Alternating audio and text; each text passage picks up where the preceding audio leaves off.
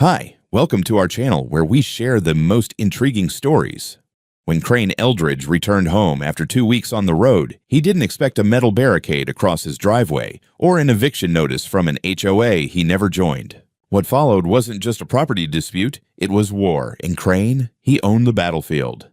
I got back home late Thursday afternoon after nearly 2 weeks on the road. Houston, Phoenix, back-to-back board meetings, 2 site visits, and 1 mind-numbing dinner with a banker who thought artisanal hummus was a personality trait. My private estate near Lake Waverly was supposed to be my decompression zone. A clean deck, a quiet shoreline, a pool that caught the sunset just right. That was the deal. Instead, I pulled up to find a new metal barricade installed across my driveway. Bright aluminum, industrial grade, bolted into fresh concrete. Hanging from it, flapping in the breeze like it was proud of itself, was a laminated notice stamped with the Westerpine Enclave HOA seal. Notice of non-compliance and eviction order. It read in block letters. My name was typed out below it, followed by a long list of violations. Unauthorized structure, pool, unauthorized gatherings, unsighted, landscaping violations, refusal to register with HOA, and my personal favorite, refusal to comply with community. Harmony provisions.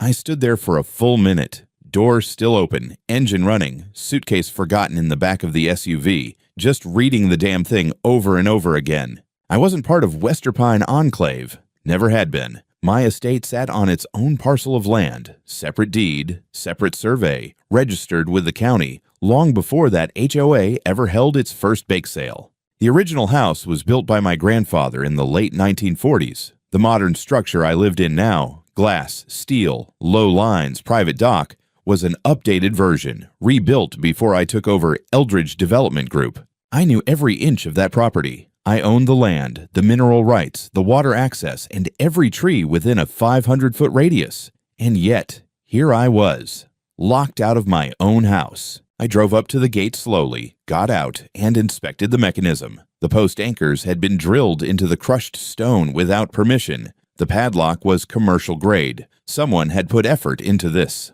Attached to the gate was another paper. This one had a phone number and a line that said, "Please contact HOA Administrator for compliance schedule." I did exactly that. I called the number, on speaker, right there by the gate. A woman answered on the 3rd ring, clipped voice, the kind that tastes like lipstick and power trips. Westerpine Enclave Administrative Office. Karen speaking. Of course. This is Crane Eldridge. I just returned to my property and found an HOA eviction order posted on my gate. A pause. Then, "Yes, Mr. Eldridge. That directive was issued following a board vote. In accordance with Article 16, Section 3 of our revised charter, your lot has been incorporated into our jurisdictional zone based on proximity, usage, and visual cohesion." Excuse me. I wasn't even mad. I was impressed. Visual cohesion. Correct. Your pool area is clearly visible from our eastern perimeter. Additionally, several residents have complained about unsanctioned noise events, loud music, bright lighting, gatherings after quiet hours. I don't host events. Your security footage shows multiple vehicles parked near your main gate over the past month. That implies usage beyond single occupancy. I couldn't help but laugh. "You've been reviewing my security footage." "We've received submissions," she said quickly. "Resident concern is sufficient to initiate compliance assessment. As such, the board has voted to require that you vacate the property by the end of this week unless you formally recognize HOA authority and submit to administrative guidelines, including pool operation permits, landscaping review, and architectural resubmission." "My property isn't part of your HOA," I said slowly. "It's on its own parcel. Your original filing map doesn't include me, nor does the revised one filed in 2020. I've seen the GIS overlays." "Mr. Eldridge," she said, already bored, "our legal interpretation is firm. This expansion falls within the latitude provided by the county under community preservation mandates. You have 7 days to comply." Or what? "Or we initiate enforcement procedures including injunction filings and, if necessary, removal." Good to know. I hung up. No yelling, no threats. Just logged the call, took pictures of the gate, the notice, the surroundings. I already knew how this game was played. I'd seen this HOA creeping before. First came the pamphlets, then the community integration letters. Then the surveys, the informal votes, the door-to-door requests for voluntary inclusion. I never responded, but now they'd skipped straight to conquest. I got back into the SUV and pulled off onto the side of the drive. I had no intention of following their timeline, but I also wasn't about to rip the gate down. Not yet. I needed to confirm exactly how far they'd gone. Because if they'd crossed the line I thought they had, they weren't just trespassing. They were squatting on a corporate landmine. 2 days passed before I returned. Not because I was afraid. Believe me, I don't scare easy, but because I prefer to dismantle stupidity with precision. And for that, I needed to get a few things in order. A fresh copy of the property plat from the county clerk. Drone footage of the fence being erected, courtesy of my motion-activated perimeter system. A notarized affidavit from my caretaker confirming there had been no prior notice, no work request, no access approval. I wasn't just going to rip that barricade out of the ground. I was going to make sure every bolt I removed cost them something in court. It was Saturday morning when I finally drove back up. This time I brought a crowbar, a cutting wheel, and the kind of mood that turns real estate disputes into courtroom victories. The lake was glassy, the breeze was warm, and I was ready to undo their little power play. I just sliced through the third bolt on the gate hinge when I heard tires crunching on gravel behind me. I turned. A black and white sheriff's unit had pulled up near the roadside easement. 2 deputies stepped out, one mid-30s, squared jaw, clean uniform, the other younger, twitchy, hand already near his sidearm. "Morning," I said evenly, crowbar still in hand. "You Crane Eldridge?" the older one asked, stepping forward. "I am." "We received a call about vandalism of community infrastructure. Mind if we see some ID?" I handed it over, along with copies of the deed and a packet labeled Evidence Binder A. That usually slows things down, but not this time. The younger cop narrowed his eyes at the binder. "You the one tearing down the HOA fence." "That's not an HOA fence," I said. "It's unauthorized construction on private property. Mine. I've got the tax map, GPS boundary, and county parcel certification right here." The older officer flipped through the documents, but I could already tell they were in over their heads. Sheriff's deputies aren't always trained in property law. They deal in barked orders and quick scans, and when HOAs throw around words like community standards and disruption, they tend to err on the side of avoiding complaints. "We've been advised this is a civil matter currently under dispute," the younger one said, inching closer. "Until that's resolved, we've been told to prevent further escalation." "Prevent escalation by allowing an illegal structure to remain on my land?" I asked. "Sir, I'm going to ask you to stop removing that barrier." "No." The moment I said it, the younger deputy took a step toward me, hand firmly resting on his holster. Not drawn, yet, but he was one nervous twitch away from turning this into a news headline. "I'm not trespassing," I said calmly. "This is my land. That's my pool behind that fence. And I'm not going to stand here while you let a volunteer HOA enforce their fantasy boundaries." "You can contest that through legal channels," the older one said. "Right now, you're being told to vacate this section of the property while the matter's reviewed." "For how long?" "Indefinite, until we receive direction from county planning or a court order." I looked at them both. 2 uniforms. 1 lie. 0 jurisdiction, and still I didn't move. That's when the younger deputy moved in. Not a full arrest, nothing that formal, but he reached for my arm and started leading me off the property line, muttering something about detaining for investigation and maintaining the peace. They escorted me 20 feet down my own gravel drive and left me standing by the roadside like I was some loitering drunk who'd stumbled out of bounds. I didn't resist. I didn't argue. But I did document every second. As they drove away, I stood there in the dust cloud they kicked up, watching the gate creak slightly in the breeze, half-cut bolts still dangling. For the first time in years, I felt something unusual rising under my skin. Not anger, not outrage, permission, because now it was official. The HOA had lied to the sheriff's office. The sheriff had acted outside their legal capacity. And I had it all on record, video, audio, and body cam copies I'd request through HOA by nightfall. And if there's one thing I've learned, it's that people love power, but they really hate when it turns back on them. That evening, I didn't bother with a drink or shower. I went straight to my office, the one in the corner of my house that still smelled faintly of cedar and printer toner. The house lights flickered on automatically as I keyed into my secure system. The whole thing was set up for exactly this kind of nonsense, when someone wanted to play lawyer without a license. I had a hard drive labeled Property Master, which held scanned copies of every asset tied to my family trust. 26 parcels across 4 states, rental homes, office buildings, vacation lots, and tucked in the middle of that digital maze, 4 addresses that stood out like loaded dice. Westerpine Enclave, Units 12, 14, 17, and 19. I clicked open the files, deeds, purchase receipts, tax assessments, long-term rental agreements. All 4 properties had been purchased by my grandfather nearly 30 years ago as investment holdings and had remained in our trust ever since. The tenants, members of the Westerpine HOA board. I leaned back and smiled, one of those quiet, involuntary grins that usually precede somebody else's very bad day. Karen Chevalier, president of Westerpine HOA, leased Unit 12 under a trust alias that she probably assumed was some out-of-town retiree. Her vice president lived 2 streets down in Unit 14. The HOA treasurer? 17. And the compliance officer, the very woman who drafted that eviction order, was paying me rent for number 19. Technically, their contracts had expired 6 weeks ago. I'd been too busy to review renewals. But now, I had a reason. I started drafting letters. Precise, cold, legally bulletproof.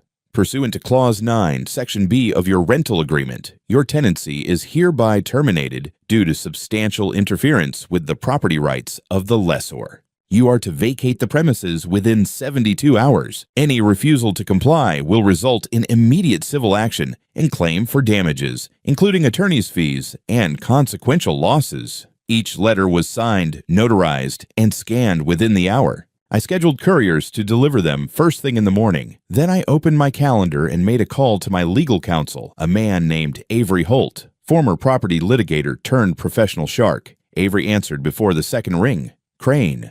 Late night or early morning? Both, I said. I need 4 eviction notices validated and served under corporate authority. He whistled softly. Board members again? HOA idiots. They fenced my lake property and called the cops on me. But here's the twist. They live in my houses. A pause. Then a low chuckle. Oh, this is going to be fun. Draft a supplemental filing for tortious interference. Add a section on false police reports. I want it airtight by Monday. You'll have it. I ended the call and sat there in the dim office, the screen casting a cold light over the documents. Most people would have ranted, maybe thrown something, but I don't do rage. I do math. Each of those homes was worth about $700,000, 4 of them combined, plus damages for breach, defamation, and harassment. That was the kind of equation that ended with the HOA learning what generational wealth and legal precision feel like from the wrong side of the ledger. By sunrise, the letters had been dispatched. By mid-morning, my office received delivery confirmations, signed by Karen herself. And within hours, the predictable panic began. Karen called first. Crane, we need to discuss these ridiculous notices you've sent out. You can't evict sitting HOA board members. I can evict tenants, I said, and you, Karen, are one of them. This is retaliation, she hissed. Pure intimidation. Retaliation for what? Trespassing? Fraud? Harassment? Take your pick. She sputtered something about legal counsel and hung up. 10 minutes later, the vice president called, then the treasurer, each conversation shorter, colder, more desperate. By that evening, they'd convened an emergency HOA board meeting. I knew because one of their neighbors, a contractor I'd hired last year for drainage work, texted me a photo. Karen standing at the podium in the community hall, waving my letters around like holy scripture, shouting that a corporate predator was targeting the HOA leadership. I didn't bother responding. I just saved the image to a new folder called Public Meltdown, because if they wanted to escalate, I'd give them a stage, and they'd build their own gallows on it. By Sunday morning, the Westerpine Enclave Facebook group had transformed from photos of flower beds and lost cats into a full-blown digital battlefield. Posts ranged from "Who is this Crane guy?" to "Are we in danger of losing our HOA?" to "Karen said he's a fraud. Should we call the news?" Someone even posted an old photo of me from a business magazine article, circled in red like I was a wanted man. It was almost cute, but then the tone shifted. That afternoon, HOA volunteers began dropping off printed flyers door to door across the neighborhood, one of which made its way into my hands via the same contractor neighbor who now sent me hourly updates like it was his patriotic duty. The flyer was printed on thick glossy stock, HOA funds well spent, and read, Emergency notice to all residents. Due to legal ambiguity regarding adjacent parcels, HOA leadership has voted to temporarily revoke Crane Eldridge's right to access or use the property known as Lot 9B until jurisdictional clarity is achieved. This is a matter of community security and integrity. Westerpine Enclave HOA Executive Board. They really put it in writing. I didn't respond. Instead, I waited. At precisely noon on Monday, my legal assistant filed a formal cease and desist against the HOA, along with a pre-suit notice for defamation, libel, and willful interference with private ownership. The paperwork named every board member still occupying one of my homes. An hour later, I received an email from a reporter at the local NBC affiliate. She'd heard rumors of a high-level dispute involving property rights, law enforcement overreach, and an alleged corporate retaliation against a homeowners association. She wanted a statement. I told her I'd give her one after the facts were on the record. Meanwhile, inside the HOA clubhouse, Karen was unraveling. She'd called another emergency meeting, which someone kindly recorded and leaked. The footage was priceless. Karen stood before a whiteboard with a map of the neighborhood, hastily marked up in red marker. She pointed to my property, ranting that I'd tricked the county, that I'd exploited a loophole during plat realignment, and that I'd infiltrated the HOA to dismantle it from within. Some residents clapped, others looked deeply uncomfortable. One man in the back, a heavy-set guy in a golf shirt, raised his hand and asked, "But didn't you just get a notice to leave your rental?" Karen froze for a split second, then recovered with a shrill declaration. "That house is mine by functional occupancy. We've lived there for 12 years. This is about more than paperwork. It's about principle." Sure it was. The best part came when she unveiled what she called the Emergency Reclamation Protocol. In short, it was a vote to formally reintegrate my property into the HOA by way of a community-wide resolution. They passed it with 6 votes. No legal standing, no county validation, not even a quorum of legitimate parcels, just a fantasy ballot and Karen's shrill voice leading the charge. Later that night, a new sign appeared at the entrance to my drive, professionally printed, cemented into the grass near the county road. Community Dispute Zone, access subject to review by Westerpine Board. I took a photo. I didn't touch it. I let it sit. Because the moment they claimed my land, publicly, physically, and illegally, they gave me everything I needed. That night, I met with Avery and my litigation team. We compiled a list of violations: public misrepresentation of land ownership, unauthorized jurisdictional enforcement, defamation and character assassination in community literature, harassment via illegal signage, and obstruction of access. Tenant board members participating in illegal board actions while residing on property owned by plaintiff. It was getting rich, but we weren't done. My tech guy handed me something even better, archived footage from my gate cam. There, in full color, was Karen Chevalier, the night of my return from Phoenix, personally overseeing the erection of the metal barrier, directing the workers, signing off on their work order. She'd literally trespassed and constructed a false boundary while knowingly renting from me. The video was watermarked, time-stamped, stored in 3 off-site locations. It would become Exhibit A. Then came the cherry on top. Tuesday morning, my attorney received a letter from the sheriff's office. The Internal Affairs Unit had opened an inquiry into the 2 deputies who had forced me off my own property. One had already been placed on administrative leave. The other was being reassigned pending review of his conduct. HOA had officially dragged law enforcement into a civil dispute based on forged jurisdiction, and the officers bit. Now they were on the hook too. And the house of cards was starting to sway. By Wednesday morning, the cracks in Westerpine's ivory tower weren't just showing, they were gaping wide open. I arrived at my property with a film crew from Channel 9 parked 2 lots down, their reporter straightening her blazer in the reflection of their van. Word was out.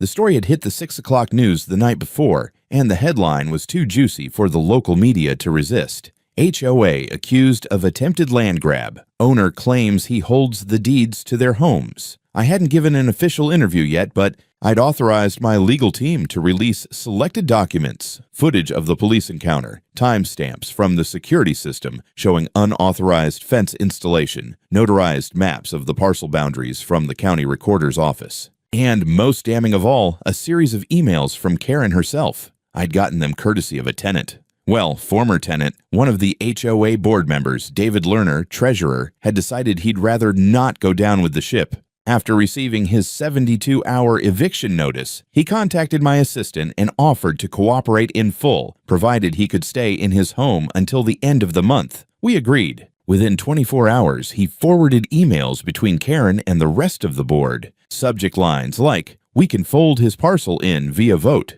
and "He's too arrogant to fight back legally." Another one read, "Sheriff will side with us if we make it about community safety." That was the one I printed and handed to the reporter, right in front of the new sign Karen had installed, still proudly cemented by the edge of my lot. "Will you be pursuing legal action against the HOA?" she asked, raising a brow. I looked straight at the camera. This isn't about bad governance. This is about fraud, impersonation, and the abuse of public authority to pursue private delusions. Yes, we'll be taking legal action. It aired at 5. By 6, my office had received 6 voicemails from homeowners in Westerpine. 3 of them were offering apologies. 2 were looking to transfer their properties out of the HOA entirely. One, hilariously, asked if I was hiring. Meanwhile, Karen was unraveling faster than a dollar store flag in a hurricane. That evening, she tried to rally the troops, sent out a mass email with the subject, "HOA under attack. We must stand together." But instead of getting unity, she got screenshots. One resident forwarded it directly to my legal counsel. Another sent a video, Karen on a street corner, phone in hand, shouting at 2 landscapers who refused to honor the HOA maintenance schedule. They weren't from the HOA, they were mine. I'd hired them to assess damages to my property and take photos of the illegal fence posts. She threatened to call the police again. They kept working. One of them wore a GoPro. We had it all. But the real blow came the next morning in the form of a certified envelope delivered to my office, stamped and sealed from the County Planning Commission. Inside was a letter stating the following. Pursuant to Section 31 of the Texas Property Code, the county recognizes the land deed titled to Crane Eldridge, inclusive of Lot 9B and all attached improvements, as sovereign and unaffected by any revisionary HOA charter not ratified via recorded covenant. This office finds no evidence of annexation, incorporation, or jurisdictional transfer regarding Westerpine Enclave HOA. Furthermore, a formal complaint has been logged against the HOA for fraudulent boundary representation. An investigation has been opened. There it was, on record, in writing. They had no legal ground, no authority, no leg to stand on, and now the county knew it too. I had my legal team draft a response. It wasn't theatrical. It wasn't personal. It was lethal. We filed a civil suit against Westerpine HOA, listing the following claims: criminal trespass, erecting a structure on private land; defamation, public flyers, signs, social media posts; tortious interference, using false authority to restrict my access; false police reports, knowingly misrepresenting ownership to law enforcement; breach of rental contracts by board members engaging in hostile acts against landlord property. And then we added a cherry on top, a motion for a temporary restraining order against all board members, banning them from any contact with my property, my employees, or any structure held by my company. It was signed the next day by a county judge. The restraining order was posted publicly, and when Karen received hers, hand-delivered to her doorstep, still warm from the printer, she stood in her front yard staring at the paper like she couldn't read English. 3 hours later, she went live on Facebook. The video lasted 5 minutes and was taken down almost immediately, but not before I saw it. She was standing in front of her rented house, my house, shouting about tyranny, deep state land conspiracies, and how some shadow landlord with corporate lawyers was ruining their way of life. At one point, she actually said, "This land was promised to us." Promised by whom? She didn't say. But she was right about one thing. This land was promised to me. By law, by paper, by bloodline. And I was just getting started. By Friday morning, Westerpine looked more like a crime scene than a gated community. Process servers, county officers, even a couple of guys from the Texas Department of Real Estate, all slowly circling the perimeter like buzzards waiting for a carcass to stop twitching. And twitch Karen did. The temporary restraining order had detonated whatever illusion of control she had left. My staff received 3 voicemails from her personal number, 2 yelling, 1 weeping, none of which mattered. The order was clear. She couldn't contact me, step within 100 feet of my property, or attempt to interfere with my tenants, employees, or structures. Violation would trigger automatic criminal charges. Naturally, she violated it. Before noon, my surveillance system flagged movement on the property. It was Karen, flanked by 2 men in HOA polos, probably board members or whatever passed for stormtroopers in their suburban fantasy. They were standing on the terrace outside my pool. One of the men held a clipboard. Karen was pointing at my security cameras. She wasn't wearing a badge. She wasn't carrying a warrant. She looked more like a raccoon with a law degree and a superiority complex. The cameras caught everything, including the moment my property manager approached and politely stated they were trespassing. One of the men laughed. Karen started screaming something about eminent domain and community control. At 12:18 p.m., they were escorted off the property by sheriff's deputies. Karen resisted. She tried telling them they were trespassing. One deputy, to his credit, simply showed her the restraining order, held at arm's length like a crucifix. She sputtered, called her lawyer, and was in the back of the cruiser 10 minutes later, not arrested, just detained for questioning and citation. But it was enough. The neighborhood was watching. Later that afternoon, I took a slow walk along the sidewalk past my houses. The for rent signs were gone. I'd pulled them that morning. They weren't for rent anymore. My company's property division had decided to repurpose all 4 homes for short-term corporate retreats. No tenants, no contracts, no shared utilities, no HOA. I passed by one of the homes, Karen's former residence. Curtains drawn. Trash cans uncollected. A single note taped to the mailbox. Vacant. Do not disturb. 1 down. 3 to go. By evening, I was back in my main house, sipping whiskey by the pool that had started this whole mess. The lights flickered softly across the water. For the first time in days, I could hear the lake again. No shouting, no fences being drilled, no HOA foot soldiers pacing like mall cops with delusions of grandeur. Just wind, water, and a creeping sense that justice was starting to take shape. Then came the call. My attorney Davis sounded almost giddy. "We've got it," he said. "Got what?" I asked, already setting my glass down. "Minutes from last year's HOA meetings. Digital copies. Unredacted." My pulse kicked up. "You're telling me they didn't file sealed?" "Oh, they filed all right. They just forgot to encrypt. And guess what's in the March transcript?" I stayed silent. "They voted to incorporate your land. Retroactively, with no consent, no notice, and with full awareness that your title was sovereign. The quote says, and I'm reading here, we should just vote it in and claim it's always been that way." "Who's going to check?" I smiled. "They're about to find out." The next morning, we walked into the courthouse with a civil complaint the size of a phone book and a hard drive full of evidence. The clerk who accepted our filing looked slightly alarmed at the sheer volume of attached exhibits. On our way out, Davis muttered, "If this doesn't bury them, nothing will." The suit requested full dissolution of the Westerpine Enclave, HOA, damages totaling $2.1 million, permanent injunction against the board members, involvement in any future HOA governance statewide, criminal referral for fraud, document falsification, and public deception. The court date was expedited due to the public nature of the story, the evidence overload, and, perhaps, a little pressure from some of my colleagues who were very interested in land rights cases like this. Within 24 hours, I got another call from the county attorney's office. "We'd like to schedule a formal deposition with Ms. Chevalier and 2 other HOA board members," the voice said. "The criminal review is moving ahead." "Understood," I said. "Would you like to use my conference room?" He chuckled. "We might take you up on that." I ended the call, leaned back, and smiled. The HOA had come into my home, tried to take what wasn't theirs, used the law like a blunt weapon, and tried to wear a crown they didn't earn. Now they'd get to see what happens when the law fights back.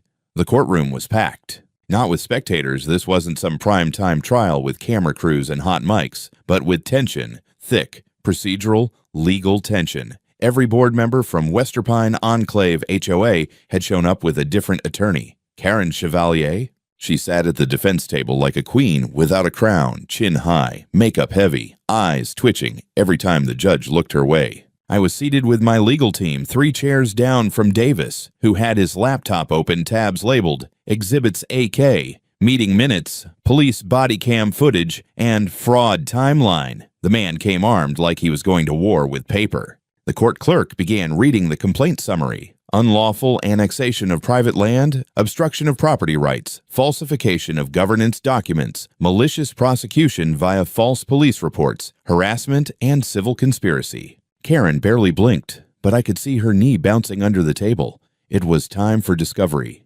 First up, body cam footage from the officers who tried to remove me from my own pool. We'd already played it on the news, but now it was under oath. The jury watched as one officer barked at me to leave my own terrace, while I calmly held up a deed with my name on it. They saw me detained, not arrested, just marched off my own property while Karen looked on from the road, smirking like a villain in a Disney Channel courtroom drama. The judge paused the video, looked over his glasses, and asked the HOA's counsel, was there any standing for this action at the time? The lawyer stammered. We believed the area was under community jurisdiction. The judge tapped the desk. Belief isn't jurisdiction, counselor. Then came the transcripts. Every HOA board meeting from the last 4 years now entered into public record. The ones where they discussed how to quietly expand the border map, how to absorb neighboring properties to grow leverage, and the infamous vote where Karen herself said, Crane doesn't even live here full-time. We can fold his lot in and call it community-controlled. He'll never know until it's done. The courtroom fell silent. The judge raised an eyebrow. He'll never know until it's done. Karen leaned toward her lawyer, whispering fast. But the damage was done. The jury was already shifting in their seats, some shaking their heads. Next up, rental records. We presented the long-term lease agreements for the 4 homes inside Westerpine, each owned by my holding trust, each signed by board members, including Karen. They'd been living in my houses while trying to evict me from mine. The kicker? All the leases had expired weeks ago, and every renewal had been oral. No paper trail, no legal cover. Davis leaned in, grinning. So let me get this straight, he told the jury. They tried to evict the landlord while squatting in his houses? Objection. Sustained. But too late. The phrase stuck. Then came Karen's emails. My IT guy had pulled them from a shared HOA Dropbox. She hadn't deleted them, just moved them to a folder labeled private. Rookie move. One said, if we push him hard enough, he'll sell and leave. Just keep the pressure. Another, we call the police again. Next time, make sure the officer isn't new. The courtroom wasn't gasping. This wasn't TV, but it was burning with a quiet kind of outrage that you could feel in your teeth. At recess, the judge called all counsel to his chambers. 20 minutes later, we got the word. Settlement offer. The HOA's legal team had seen the writing on the wall. They offered a payout, low 6 figures, confidentiality agreement, public apology in private. We declined. The trial continued. And on the final day, the judge issued a ruling that sounded like a hammer on bone. The HOA had acted in direct violation of state property law, community charter limits, and basic principles of lawful governance. He called their conduct predatory, coordinated, and illegal. He ordered the following: immediate dissolution of the Westerpine Enclave HOA, personal fines for each board member totaling over $700,000. Karen Chevalier, referred for criminal prosecution under state fraud and forgery statutes. Public statement to be issued by the county. Land Commission clearing my name and ownership in full. The room didn't cheer. It just exhaled. Karen sat frozen, mascara smudging under her eyes as if she'd aged 20 years in 20 minutes. Her lawyer leaned back and whispered something, but she didn't move. She just stared ahead, jaw clenched. Outside, reporters waited. I gave them nothing, except one line. They tried to take my pool. Turns out, I owned their houses. 2 months later, the HOA sign was still lying in the weeds where I'd told my contractor to leave it, twisted, dented, and split clean through the middle like some ancient battlefield relic. I could have had it hauled off, but I kept it, just as a quiet reminder, not of the war, but of the absurdity that it even happened in the first place. Karen Chevalier had been taken into custody 5 days after the verdict. Fraud, forgery, filing false public documents, obstruction, conspiracy, each charge stacked like bricks in the wall she'd built around herself. Her mugshot had gone viral for a full 48 hours alongside headlines like, HOA Queen behind bars after land, grab goes wrong. I didn't comment. I didn't need to. The documents did all the talking. Court records, video footage, lease agreements, drone imagery, truth in high resolution. The other board members had mostly scattered. One fled to Florida. Another filed for bankruptcy after the fines. The third tried to play the victim card on a podcast, claimed I'd weaponized capitalism against her. She deleted the episode after my lawyer sent a cease and desist. As for the houses, they were mine again. Cleaned out, repainted, and relisted on long-term corporate leases. No more HOA drama queens, just stable income and silence. Sweet, uninterrupted silence. That morning, I walked barefoot across my poolside terrace, sipping coffee from a mug that read, "Not a member." The sky was clean. The water still. My reflection looked half amused, half exhausted. I'd fought wars in boardrooms, crushed hostile takeovers, outmaneuvered fund managers in Manhattan, but none of those fights had ever involved security cameras, fake borders, or rogue suburban empires claiming dominion over my swimming pool. It had started with a sign, a literal sign hammered into my fence declaring I was now under the governing authority of the Westerpine Enclave HOA. No vote, no invitation, just bang. You're in. Congratulations. Here's your bill and your first violation. And now it ended with a banner. I'd had it printed custom, 12 feet long, with heavy canvas and reinforced grommets. My contractor helped me string it across the pergola by the pool. The font was bold, the letters proud. Welcome to the only HOA-free zone in the county. Underneath it, we were setting up tables, catering trays, soft lighting, racks of drinks on ice. Tonight wasn't a party. Not exactly. More of a commemoration. Friends, colleagues, a few journalists, even a couple of city officials who had quietly rooted for me during the trial. And there was one more surprise. Right by the edge of the property, where that damn HOA sign used to sit like some colonial flag, now stood a fresh post with a new plaque. Polished steel. Etched deep. Private property. Trespassers will be educated. Not prosecuted. Educated. Because sometimes people didn't need jail. They needed a reminder that ownership meant something. Not just ink on paper, but history. My grandfather had bought this land before zoning maps even reached this far. He dug the original foundation with his own hands, poured the concrete for the deck before HOA was even a phrase in this county. They had no claim here, not spiritually, not legally, not in any world that still honored facts. As twilight fell, the first guests began to arrive. I greeted them by the gate. Some shook my hand like I'd saved a village. Others laughed and said they'd never trust a homeowners association again. One guy from the county recorder's office handed me a bottle of whiskey with a note taped to the side. Thanks for reminding us who we work for. I'd be lying if I said I wasn't tempted to make a speech. But no, let the food talk. Let the pool shimmer. Let the jazz trio play something loose and cool under the patio lights while people laughed and forgot just for a night that they'd almost lost a chunk of their town to forged maps and delusions of governance. Toward the end of the evening, Davis pulled me aside. He was holding a copy of the final judgment, now framed. "You gonna hang it above your fireplace?" "No," I said. "That's too small a statement." He looked at me. I smiled. "I'm donating it to the HOA museum downtown." He blinked. "There's no HOA museum," he said. "There will be," I told him. "I'm building one."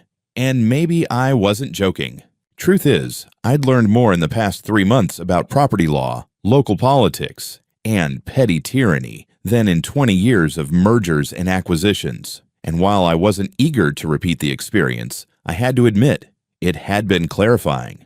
Power attracts the wrong kind of people. HOAs were supposed to protect neighborhoods, keep lawns trimmed, prevent someone from painting their garage neon green. But somewhere along the way, people like Karen had turned them into personal fiefdoms, little kingdoms with fake titles and delusions of sovereignty. And they came for people like me, quiet, out of sight, private, not expecting resistance. They didn't realize we were just resting, not retreating. That night, as the last guest trickled out and the music faded, I sat by the pool under the banner. My phone buzzed. A local news outlet had just published the latest headline. HOA tried to evict a man from his pool. Turns out he owned their homes. I didn't respond. I just sipped the whiskey from that gift bottle and watched the reflections dance.